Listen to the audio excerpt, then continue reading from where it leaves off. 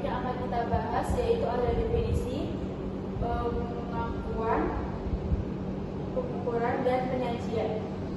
Dalam SHK 46 ada 4 hal utama yang dibahas. Pertama, definisi atau istilah penting seperti pajak ini dan pajak tangguhan.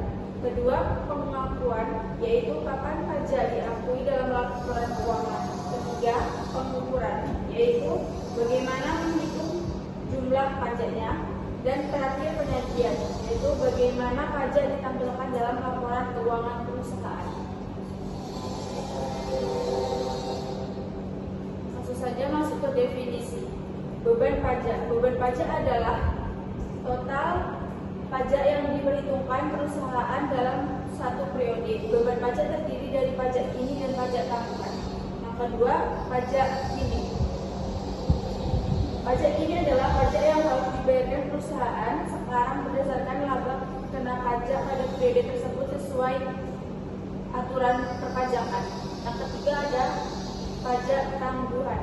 Pajak tangguhan adalah pajak yang dampaknya muncul di masa depan akibat adanya perbedaan pencatatan antara akuntansi dan perpajakan. Yang keempat ada perbedaan temporer. Perbedaan temporer adalah perbedaan nilai pencatatan aset atau kewajiban antara pelaku keuangan dan aturan pajak. Perbedaan ini nantinya akan kembali sama di masa depan. Selanjutnya ada jenis perbedaan temporer. Perbedaan temporer dibagi menjadi 2 jenis, yaitu perbedaan temporer kena pajak dan perbedaan temporer dapat dikurangkan. Pertama, perbedaan temporer kena pajak. Ini menyebabkan perusahaan membayar pajak lebih besar di masa depan sehingga menimbulkan liabilitas pajak tanggungan. Yang kedua, perbedaan temporer yang dapat dikurangkan. Ini menyebabkan perusahaan bisa mengurangi pajak di masa depan sehingga menimbulkan aset pajak tanggungan. Contohnya yaitu penyisihan piutang tak tertagih. Selanjutnya ada pengakuan pajak kini dan pajak tanggungan. Yang pertama yaitu pajak kini. Pajak kini diakui sebagai liabilitas jika pajak yang harus dibayarkan lebih besar dari yang sudah dibayarkan. Sebaliknya, diakui sebagai aset jika perusahaan membayar lebih besar dari kewajibannya. Selanjutnya ada pajak tangguhan. Liabilitas pajak tangguhan diakui untuk semua perbedaan temporer kena pajak, sedangkan aset pajak di tangguhan hanya diakui jika perusahaan diperkirakan memiliki laba kena pajak di masa depan. Pada intinya, kalau ada kemungkinan manfaat di masa depan, maka bisa diakui sebagai aset. Selanjutnya ada pengecualian pengakuan pajak tangguhan. Di sini ada pengakuan awal goodwill, pengakuan awal aset atau liabilitas, atau bukan kombinasi bisnis. Selanjutnya ada investasi pada ekuitas anak, asosiasi, dan temporer bersama. Yang pertama, goodwill. Pajak tangguhan dapat diakui pada pengakuan awal goodwill. Yang kedua, pengakuan aset atau liabilitas. Jika transaksi bukan kombinasi dan jika pengaruh laba akuntansi maupun laba kena pajak saat terjadinya, pajak tangguhan tidak diakui. Ketiga yaitu investasi anak perusahaan. Jika perusahaan induk bisa mengendalikan kapan perbedaan tersebut berbalik, maka pajak tangguhan tidak perlu diakui. Ini saja dari materi 1. Saya kembalikan ke moderator. Terima kasih kepada pemateri 1 yang telah menyampaikan materinya. Kita lanjut ke pemateri 2.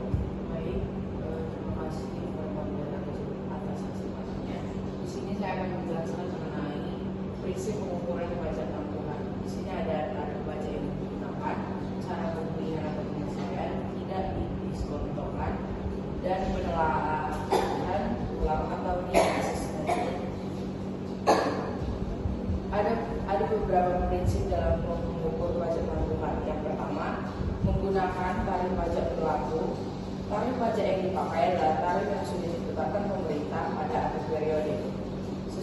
Yang kedua, sesuai perkiraan pemulihan aset. Perhitungan disesuaikan dengan cara perusahaan memperkirakan penyelesaian aset atau kewajibannya. Yang ketiga, tidak didiskontokan.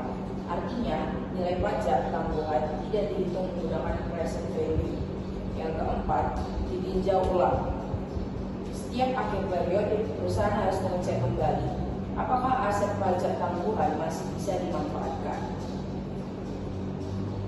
Lalu kita lanjut ke perhitungan pajak tanggungan.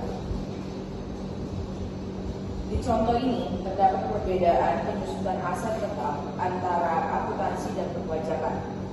Nilai buku menurut akuntansi adalah 800 juta, sedangkan menurut pajak 600 juta.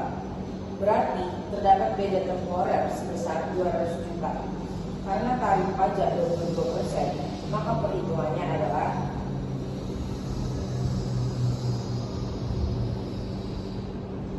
perhitungannya adalah 200 juta dikali 22% sama dengan 44 juta. Hasilnya adalah liabilitas pajak tanggungan sebesar 44 juta. Kalimat gampangnya, karena ada selisih pencatatan, maka perusahaan punya kewajiban pajak di masa depan. Lalu kita lanjut ke penyajian dalam laporan keuangan. Dalam laporan posisi keuangan, aset dan liabilitas pajak tanggungan disajikan sebagai akun tidak lancar. Sedangkan pada laporan laba rugi, beban pajak dipisahkan menjadi dua, yaitu pajak gini dan tanggungan. Kalau pajak berhubungan dengan penghasilan komprehensif lain atau ekuitas, maka penyajiannya mengikuti bagian tersebut. Hal-hal yang wajib diungkapkan PSAK 46. Pengungkapan PSAK 46 juga mengatur informasi apa saja yang wajib dijelaskan perusahaan. Contohnya, perusahaan harus menjelaskan komponen beban pajak, rekonsiliasi laba dengan pajak, rugi fiskal yang belum diakui, perubahan tarif pajak, serta perubahan aset dan liabilitas pajak tanggungan. Intinya,